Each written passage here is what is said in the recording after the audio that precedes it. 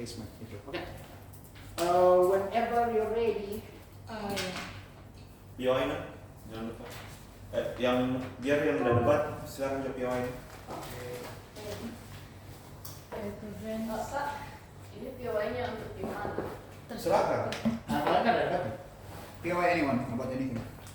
Sign my speech in 3, 2. I think that what to make clear in this debate is that before OO bring any abusive framing into this debate, we have to make it clear to you panels that one, this debate is not about whether or not like Trump have the interest, but also whether or not Southeast Asian countries is actually want to welcome Trump in terms of like the emerging situation of the emerging economy, and they want to distance themselves from China, right? But secondly, this debate will also be about how China can have less incentive to dominate the economy in Southeast Asian countries, and this is how Trump administration will step in that case, panels. That is the context, right? Therefore, 3 setups before I move to my contribution.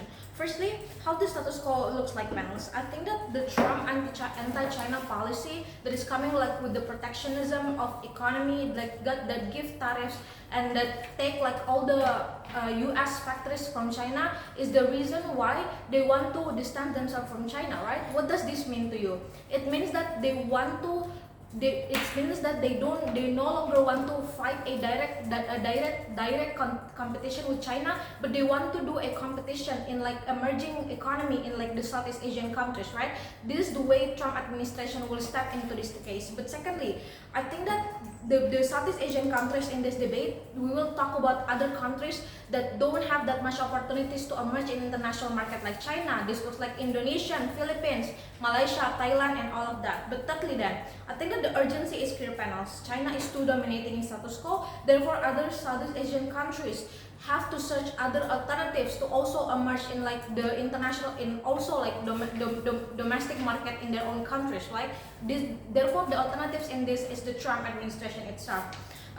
The burden of proof in this debate is clear, panels. I think that in order for us to win, we only have to prove to you one, why Trump have the capacity and have the incentive to enter the Southeast Asian countries' economy, but secondly, why Southeast Asian countries also have the incentive to welcome Trump. Therefore, moving to my contribution then, talking about how Southeast Asian countries can be emerging from Trump administration. Panels, there will be 3 layers into this argument. Firstly, I will talk about the interests of Southeast Asian countries first. This comes with the explanation that they want to also emerge and have chances in international market that is not always dominated by China, right? Meaning that they also want to domestically emerge in their own countries, panels. How does this will work with Trump administration then? I think that this will work because that Trump don't want to build more factories in China. This will reallocated in other Southeast Asian countries, meaning that it will help in this will help in 2 scenarios. Firstly, like the interest of like Indonesia, for example, that wants more investigation with its own protectionism policies, and secondly, how it can create a more like local emerging economies in inside the country itself. How does this will work then? I think that the context of Indonesia, for example, that the context of Indonesia that also have good relation with Prabowo, because we have a leader of like strongman and like a military leaders that have good relation with Trump, meaning that this is the way Trump can work together with us, right? Because they also want to create a foreign factories that comes into Indonesia. But then the likelihood why Trump factories will not be as toxic or like as dominating and abusive as China, right? This will result into that because China is heavily territorial. For example, like in Morowali, for example, all the workers in that factories, it come from like the China workers and not like the local workers itself. Later, how this will work with like the US, for example? The US will also have incentive the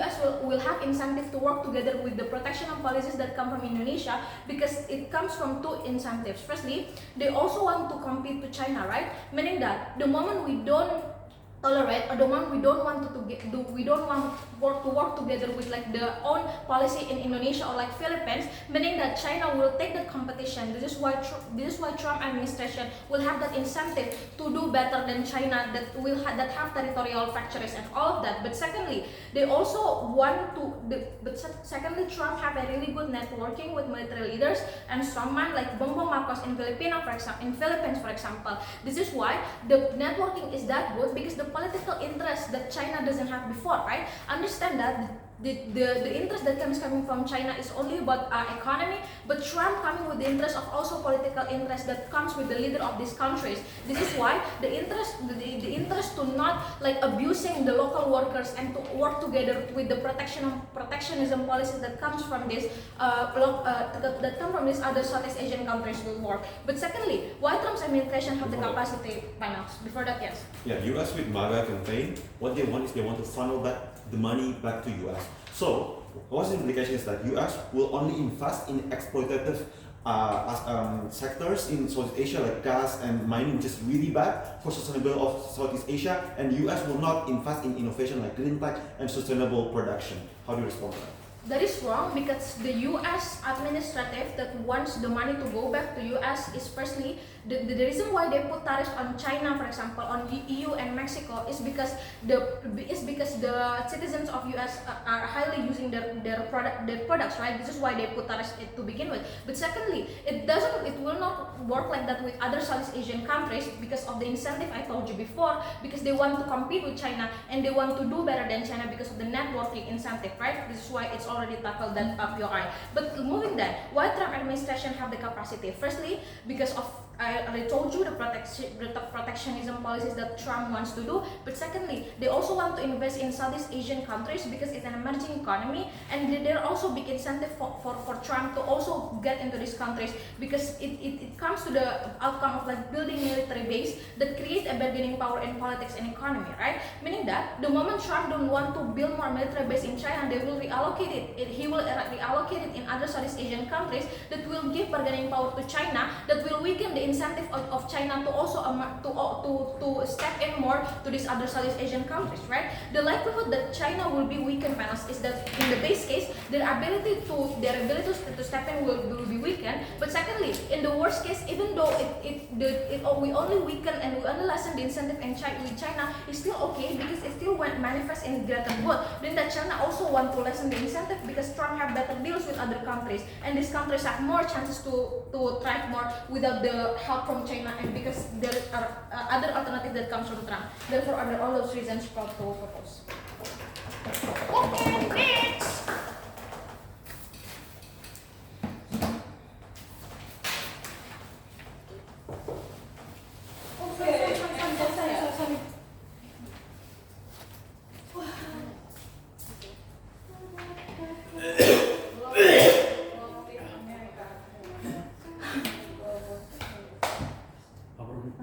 Oke. Memulai pidato dalam 3, 2, 1. Kami rasa stop dominance US karena absolute power, corrupt absolutely. Mereka bukan satu-satunya yang inline dengan apa yang mau Southeast Asia. Sadari dulu bagaimana Southeast Asia secara politikal itu sangat berbeda. Saya akan jelaskan di pembingkaian. Tapi sebelum itu masuk ke rebuttal. Karena mereka bahwa ada interest untuk selalu bekerja sama, ada likelihood untuk kerja sama akan selalu ada. Kami rasa ini tidak terjadi karena jangan katakan bahwa Southeast Asia itu adalah negara yang sama. Kita berbeda-beda political view-nya dan itu akan sangat mempengaruhi bagaimana interest kerjasama akan terjadi. Second, tentang political interest dan networking. Kami rasa, satu, investasi yang akan dilakukan US sangat eksploitatif. Mari sebut Freeport itu sangat eksploitatif dan banyak yang lainnya. Dua, kerjasama yang dibawa tentang bongbong dengan Trump, ya karena mereka sama-sama sangat ekstremis dan pada akhirnya yang terjadi sebenarnya bukan ekonomiknya, tapi political view-nya. Bagaimana mereka bisa untuk sama-sama menekan masyarakat minoritas, jadi bukan soal ekonomi. Tiga, military base ini sebenarnya buruk karena ketika kamu memilih untuk masuk ke negara dan melakukan ekspansi besar-besaran, bahkan turut ikut campur dengan militer, saya rasa itu sudah sangat jauh berbeda dengan ekonomi. Maka dari itu, counter dari kami adalah buat itu bisa bekerja sama dengan fokus ke ekonomi, jangan sampai militernya terganggu karena itu akan terjadi di sisi mereka. Tapi sebelum itu, mari karakteristik mari masuk ke pemikaian. Dua pemikaian di sini. Satu, bagaimana sebenarnya ekonomi Southeast Asian sendiri. Dua, bagaimana sebenarnya karakteristik Trump, karena ya mereka tidak terlalu mention dengan apa yang terjadi di status quo dengan banyak berita. Satu, ekonomi Asia itu sama-sama negara yang berkembang. Mereka negara yang masih terpengaruh dengan banyak hal, maka dari itu kerjasama yang baik itu adalah kerjasama yang sustain, kerjasama yang dekat dengan wilayah mereka, kerjasama yang memang fokusnya dengan ekonomi. Malaysia dengan sistem kerajaannya, Brunei dengan sistem kerajaannya, Indonesia dengan demokrasi, Singapura. Makanya ada ASEAN untuk fokus dengan ekonomi saja karena interest mereka sama untuk sama-sama memajukan negara. Sedangkan interestnya berbeda ketika bekerja sama dengan Trump. Dua, apa sih tujuan ekonominya? Ya tentu kita mau jadi negara yang berkembang, maka negara yang maju. Maka dari itu kita butuh partner yang sustain, bukan yang gampang back down, bukan yang gampang tarik, bukan yang mau untuk eksploitatif. Karena kita sangat depend dengan sumber daya alam, tapi yang terjadi adalah kita butuh dengan kerjasama yang sustain, bukan yang tiba-tiba tarik. Makanya bantuan dari Amerika nggak bakal sustain, karena ketika mereka tidak serang bisa saja mereka dengan mudah untuk menarik kerjasama, menarik investasinya. Lalu bagaimana sebenarnya karakteristik Trump? Satu, karakteristik Trump itu sangat gampang, sangat impulsif, sangat gampang untuk menarik diri. Sadari bahkan tanpa meminta pendapat dari senatornya, dia keluar dari WHO, keluar dari Paris Agreement, tarik bantuan tiba-tiba dari negara-negara Timur Tengah, suka ikut campur dengan permasalahan militer. Jadi karakteristik ini tentu akan terbawa dengan Southeast Asian, apalagi Southeast Asian itu negara yang berkembang sangat jauh berbeda dengan Amerika pada akhirnya, sehingga mereka mudah memanipulasi Southeast Asian. Jadi sebenarnya interest ekonomi tidak bakal terpenuhi. Dua, dia sangat fokus dengan domestik. Alasan dia keluar dari WHO karena merasa bahwasanya apa yang Amerika keluarkan, uang yang Amerika keluarkan ke WHO terlalu besar, maka dari itu kembangkan saja ekonominya. Apalagi ya mereka merasa bersaing dengan China, makanya mereka lebih penting fokus kepada perkembangan domestik. Ketika ChatGPT punya saingan DeepSeek, mending mereka fokus dengan perkembangan seperti itu. Silakan. Ya, ASEAN butuh investment besar dari negara didaya negara didaya yang stabil seperti Amerika Serikat. Mereka butuh investment dari tech company di Silicon Valley. Mereka butuh investment dari perusahaan pertanian yang hijau dari Amerika. Makanya ASEAN sangat butuh Amerika. Ya, makanya ada alternatif lain. Makanya kenapa ASEAN mau gabung ke BRICS, karena BRICS punya alternatif itu. Makanya kenapa ASEAN mau menjadi negara yang Southeast Asia mau jadi negara yang netral, supaya mereka bisa bekerja sama dengan negara tanpa harus masuk ke blokade-blokade tertentu. Ketika kamu mau bergabung ke Amerika, makanya akan sangat kecil kemungkinan bisa bekerja sama dengan negara-negara blok lainnya. Maka dari itu kenapa jangan pernah bergantung. Masuk ke argumentasi. Satu, kenapa Southeast Asia tidak dapat manfaat? Kalau ekspansi ekonomi adalah harapan utama, apa yang terjadi? Satu, Trump fokus dengan domestik, nggak bakal banyak investasi, malah kita harus cari investasi bantuan dari negara lain. Makanya kenapa sampai berita dari CNN, Prabowo mohon-mohon untuk dapat investasi. Dua, US karakteristik itu suka ikut campur permasalahan militer. Mereka mau ada pangkalan militer. Jadi ya tujuannya adalah invasi, bukan tujuan ekonomi. Tiga, kalaupun bangun perusahaan, teknologi, pekerja-pekerja tinggi mau dari US karena ya itu maju. Sedangkan kamu dapat apa? Kamu cuma sediakan lahan dan sumber daya alammu yang dikeruk. Kalaupun dapat keuntungan ini sedikit. Satu, dominansi investasi. Ketika mereka bangun perusahaan, semua investasi besarnya masuk ke negara US. Itulah kenapa bahkan setelah 50 tahun investasi kita di Freeport bahkan tidak menyentuh 50%, cuma 30%. Jadi sebenarnya kita dieksploitasi oleh US. Dua, blue collar worker yang bakal dipekerjakan di mereka. Karena Southeast Asia itu underpaid, mereka adalah negara berkembang. Jadi kemungkinan pekerjaan yang datang adalah pekerjaan blue collar worker, pekerjaan tinggi datangnya dari US. Tiga, inilah tujuan mereka, buat ketergantungan. Sudah 6 menit. Argumen kedua, kenapa sebenarnya Southeast Asia tuh baik-baik saja tanpa bantuan dari US? Sadari awal saya bilang kita itu berusaha untuk netral karena kita tidak ingin kita tidak ingin terpusat dengan kerjasama yang satu hal saja. Kita mau kerjasama dengan Europe, kita mau kerjasama dengan negara-negara Timur Tengah, kita mau kerjasama dengan negara-negara BRICS. Makanya kalau kita biarkan, kalau kita percaya bahwa administrasi Trump itu sesuai, yang terjadi negara-negara yang sangat berkontradiksi dengan Trump akan sangat gampang untuk menarik kerjasama dengan kita, yaitu akan menimbulkan ketergantungan pada Amerika. Satu, alasan selanjutnya, kita punya ASEAN. Sadari ASEAN itu sedari awal dibentuk untuk sama-sama memajukan ekonomi. Maka dari itu perkembangan ekonomi akan sangat terbantu dengan ASEAN. Apa sih yang kurang dari ASEAN? Negara dengan teknologi bagus, kita punya Singapura. Sumber daya alam yang bagus, beras yang bagus, kita punya Thailand. Banyak kerjasama yang bisa kita lakukan. Sumber daya alam, kita punya Indonesia. Jadi soal masalah kerjasama, masalah teknologi, sebenarnya sudah ada di ASEAN. Makanya karena itu, kita nggak bakal lihat ke siapapun, kita nggak mau untuk stuck dengan dominansi dari Amerika, karena sedari awal itu sangat eksploitatif, maka menjadi oposisi. Lanjut. Apa terus people yang keluar? Oke, next. Elon Musk. Kok sudah terlalu sementara bukuan kawan? Kita juga ada. Push up untuk setiap menit kalau. Jangan sudah biasa sih. Yang harus ke TikTok challenge. Iya, TikTok challenge mau cek itu fotonya. Oke, yang oke. Gak kepal di sih. Ternyata dia telat karena tadi malam latihan TikTok dance. Okay. Also, my question 3, 2, 1. Direct sponsors towards opening opposition. Their alternatives is unclear. I don't understand why trade with ASEAN and trade with the US or any other country is mutually exclusive. I would argue that it can exist, independent from each other. But second, I don't think political alignment is that important. If that's the case, you probably would not trade with China. They're communist, like the Southeast Asian country are probably anti-communist for historical reasons.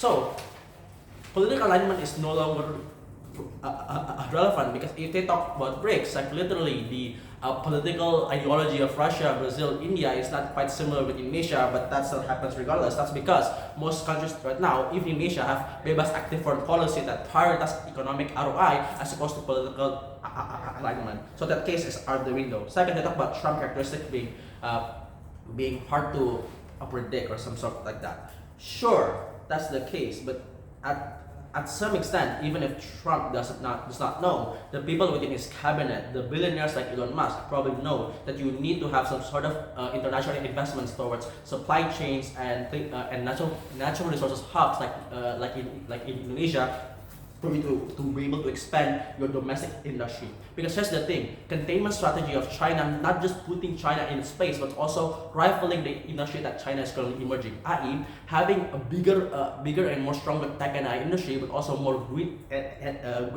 industry. And I think this answers the POI of Kakbar. They say that Elon Musk with his Tesla company have the incentives to invest much more in equal resources. That's because his entire company is dependent on such resource hubs. So even if Trump is unpredictable, I would argue that within his cabinet there are a lot of check and balances. Second, let's talk about the exploitation stuff they talk about. I think they miss the nuance of Zara. I would argue that the reason why even China is quite exploitative right now is because the US during Biden administration is unable to check and balance China. That's because A, the military funding that they spend during the conflicts in 2020 to 2024 is quite massive insofar that they cannot divest this into things like investments in Indonesia. This is like putting a lot of money in Ukraine, putting a lot of money in Israel, putting a lot of money in Middle East and to Africa. I would argue that in the first 100 days of Trump administration, he said that he's going to pull out and kind of spend a lot less military spending on our side of the house. So therefore, I would argue there's a lot more divestment into things like investments. But yeah, sure. Amerika itu eksploitatif dengan militer karena negara lain menguasai Amerika, mereka cuma fokus ke ekonomi. Makanya dua WHO, mereka itu dari WHO. You again forgot the nuance of check and balance. US cannot afford to be exploitative right now. That's because China is quite strong. I would argue that there's no reason for Southeast Asian community to then take American investment or American help if they're that exploitative. The reason why they were exploited in the past because China wasn't strong enough to check and balance the US in the 70s and 80s. Now they're both quite strong in check and balancing each other. That's the nuance that you miss. Point that out. Response to that, please. So But second, all of the exploitation narrative of investments and Freeport things, they miss that the improvement of trade in ASEAN in the past 20 years is dependent on investments. In the past 10 years, it is dependent on Chinese investment. The 10 years prior, it is dependent on US investment. So I would argue that it's quite ironic that they say that the industry that exists right now can exist by itself, but the emerging process in of itself still needs investments. So what is my extension? 2, I'm going to talk about direct benefits and indirect benefits.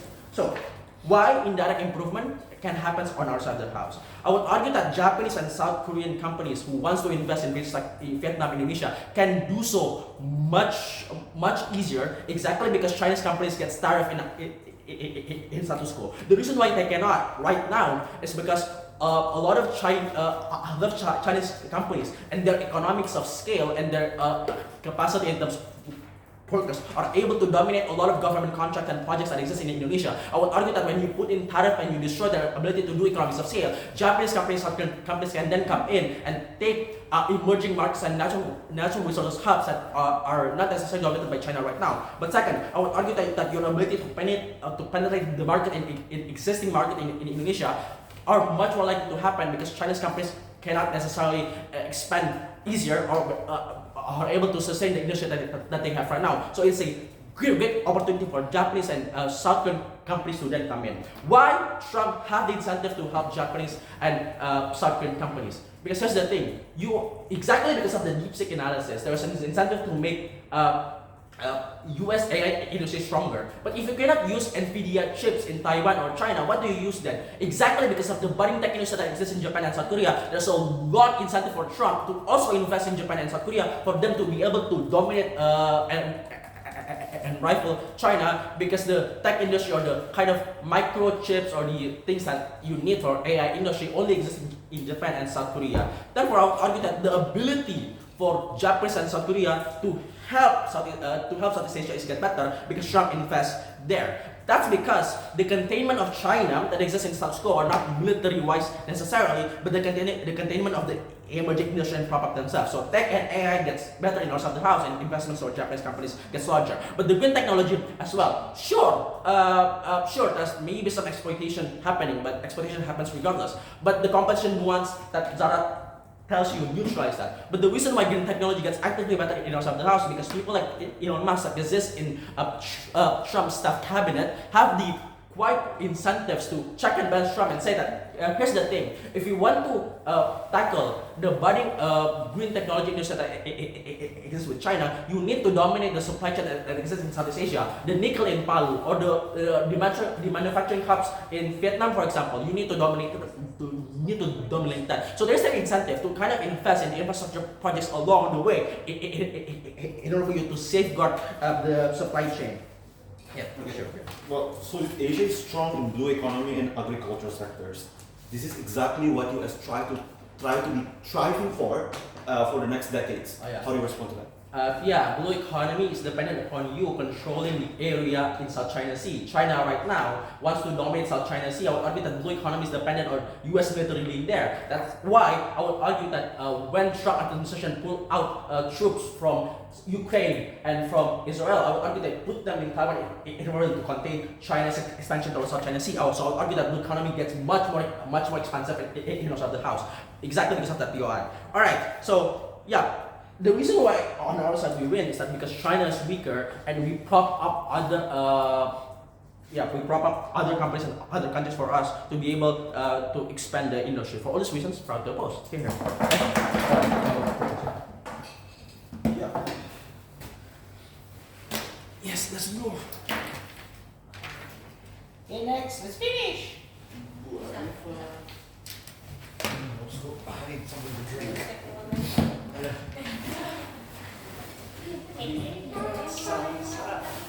Itu siapa nih? Itu juga apa lebih sih? Hingga di angkasa. Sulki Baymon, Sulki ano, dan si Baby Monster. Iya, dia jadi tiba kita Baymon sama. Yang mana tuh itu?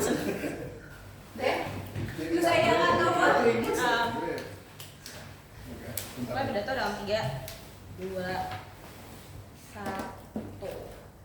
Kami rasa beban pembuktian dari tim oposisi itu simpel. 1, kita akan buktiin kenapa Trump administrasi itu nggak akan pernah inline dengan apa yang diinginkan untuk Southeast Asia yang udah jelasin soal perkembangan ekonomi dan kebermanfaatan dari teknologi dan sumber daya dan job opportunity misalnya.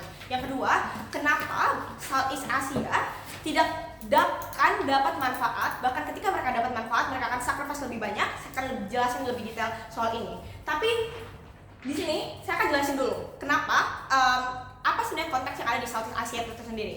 Konteks di mana mereka itu udah settle karena China juga highly dominasi dan mempunyai dominasi power di sana. Di negara-negara Southeast Asia, karena mustahil China lah yang invest dari dulu secara infrastruktur dan secara historis mereka mempunyai keterikatan rumpun. Makanya negara-negara kayak Vietnam, Indonesia, Malaysia, Singapura lebih terbuka dengan China. Dan walaupun kayak ketika mereka eksploitatif, mereka juga punya alternatif untuk check and balance nantinya. Sebenarnya ini tuh membuktikan bahwa ini udah aman.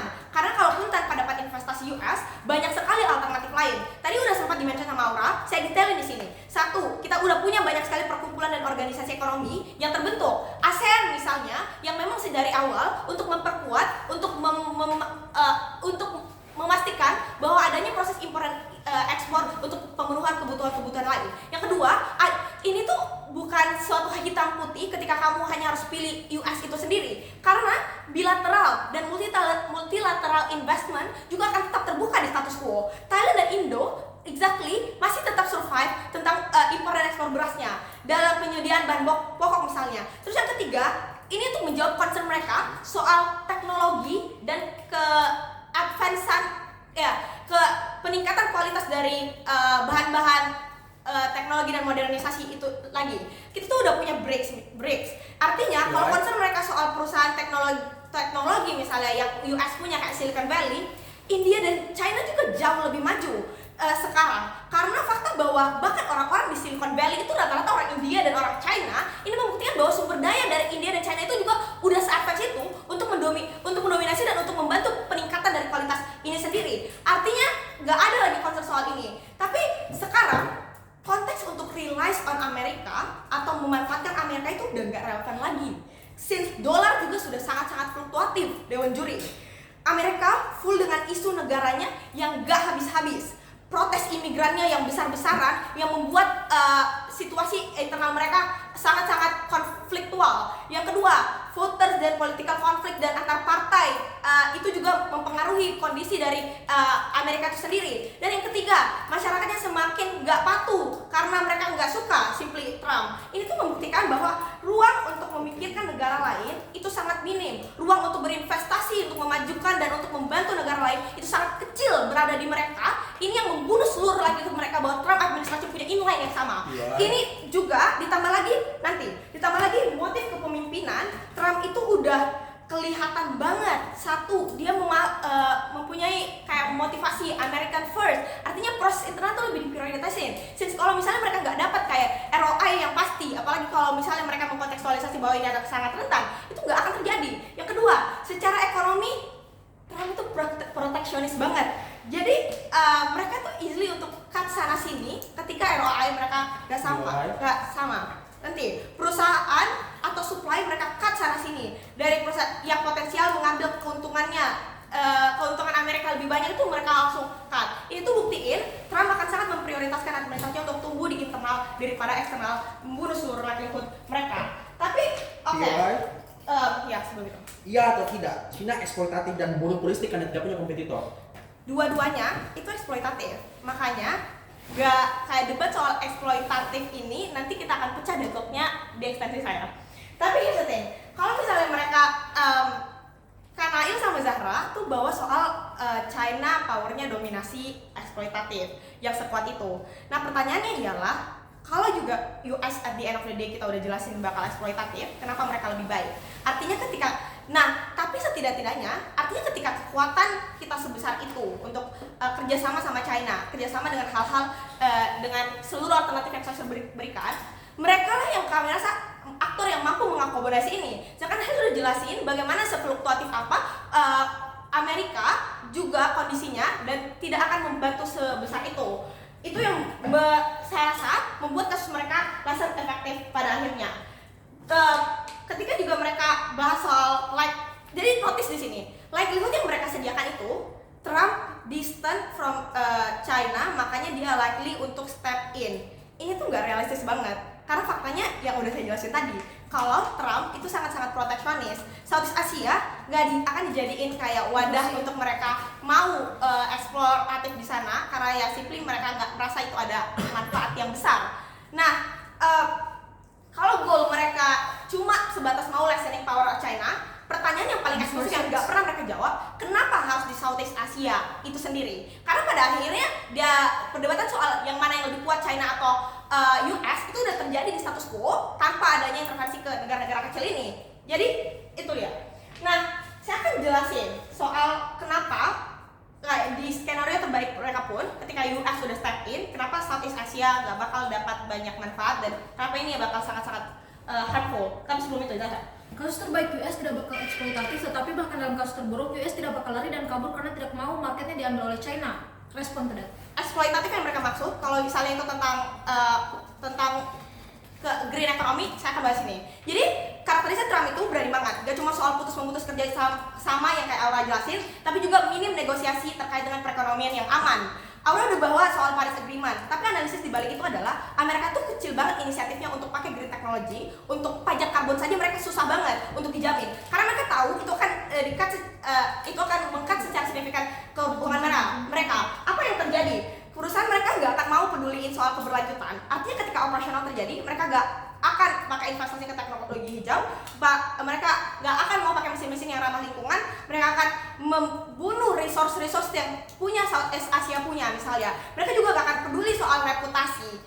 Reputasi yang US punya adalah mereka adidaya, mereka akan tetap kuat anyway kalau misalnya mereka tidak mempedulikan itu. Tapi setidaknya China, motivasi yang mereka punya itu ekspansi wilayah misalnya, ekspansi dari power yang mereka punya. Artinya reputasi masih sepenting itu untuk mereka karena mereka mau untuk kerjasama dengan banyak negara pada akhirnya. Jadi untuk mereka check and balance soal reputasi dan international conduct masih bisa efektif di mereka. Ini yang sudah Prato hapus.